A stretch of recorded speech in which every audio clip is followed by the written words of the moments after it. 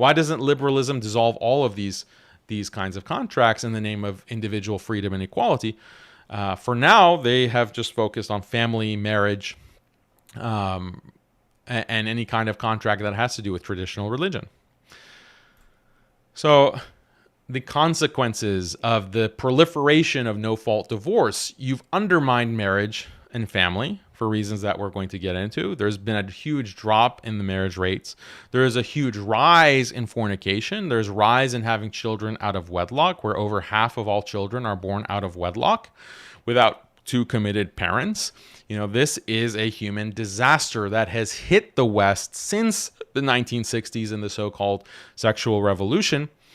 And we, can see why. When you have this no-fault divorce, you make it very easy for people to leave their commitments and their marriage contracts, then people won't get married, because as soon as the marriage hits bumpy times, as soon as there is some kind of difficulty or some kind of argument, you're going to be less inclined to try to resolve that or weather the storm. You want to just exit because it's much easier to do. So you exit. There's no fault. In the case of women, you get all of these incentives to actually leave the marriage because you're entitled to half of your husband's property.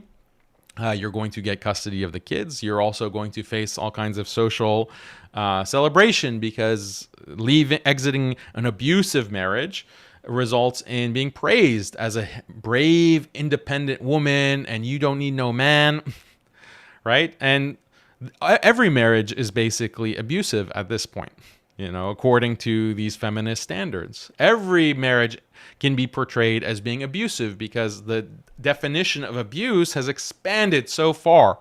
You have physical abuse, but then there's emotional abuse, there's psychological abuse, there's financial abuse, and on and on. The definition of abuse continues to expand and expand as feminists find more ways to understand how traditional institutions and gender roles like marriage and family are constraining of individual freedom. So this is to liberate the individual, whether it's a woman or a man or any of the other genders that exist,